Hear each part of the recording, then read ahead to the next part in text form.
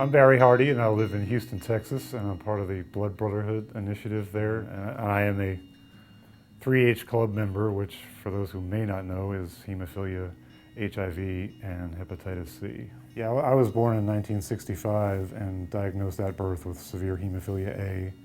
My brother, who was 13 years my senior, was also diagnosed at birth. And at that time, we did not yet have clotting factor concentrates, and we relied initially on blood plasma, and then later cryo was introduced.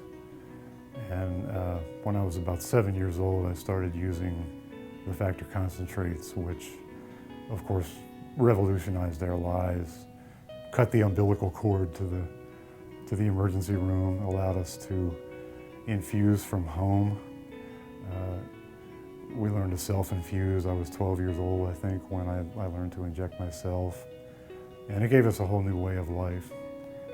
And unfortunately, our new miracle drug also gave us something else along the way, which was HIV and hepatitis C, which has taken a terrible toll on our community. And there are still a few of us around and doing pretty well, but you go to events, and from year to year, there are fewer and fewer guys coming. I was still a teenager when I was diagnosed HIV positive in 1985.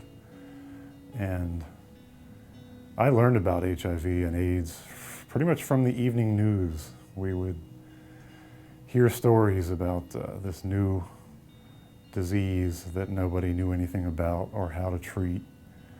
And at first they talked about gay men. Later it became intravenous drug users, and then they started talking about hemophiliacs. And we got pretty scared. Like many guys, when HIV hit in the early 1980s, many of us went rapidly into the closet and did not come out, in my case, pretty much for about 25 years. I had a few close friends along the way that I was able to confide in, but for the most part, I kept it all to myself, including my hemophilia, because there was an association in those days between hemophiliacs and HIV. And there were a few brave souls who came out and led the way for us, many of whom are no longer with us. We began seeing things on television, on the evening news, about Ryan White, who had a bullet fired through his window, was driven from their town because of fear, discrimination, prejudice that was exhibited by his neighbors. We often speak about AIDS as if it's going on somewhere else, and for good reason. This is a virus that has touched lives and decimated communities around the world.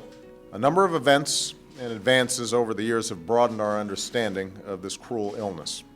One of them came in 1984, when a 13-year-old boy from central Indiana contracted HIV/AIDS from a transfusion.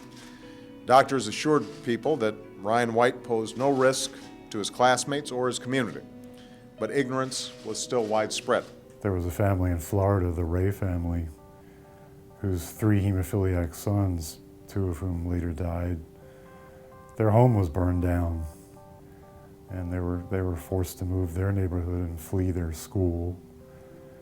And I think when a lot of the guys like me saw that, personally, I just said, no way I'm telling anybody about this. Both my brother-in-law, who passed away in 1990 from AIDS, and my brother, who died from liver cirrhosis from hepatitis C in '07, both lived very quietly. When my brother-in-law passed away, AIDS was never mentioned at his funeral. You just didn't talk about it then. And my brother had been able to confide in some close friends about his hepatitis C and his hemophilia, but very few people knew why he died. And I hope that both of them are looking down, and it's perhaps a debt that I owe to them and to the many others who have passed, that I can, sorry. I hope to be able to honor their memories by getting more engaged and involved in the community. And I plan to devote a very good part of the rest of my life to that.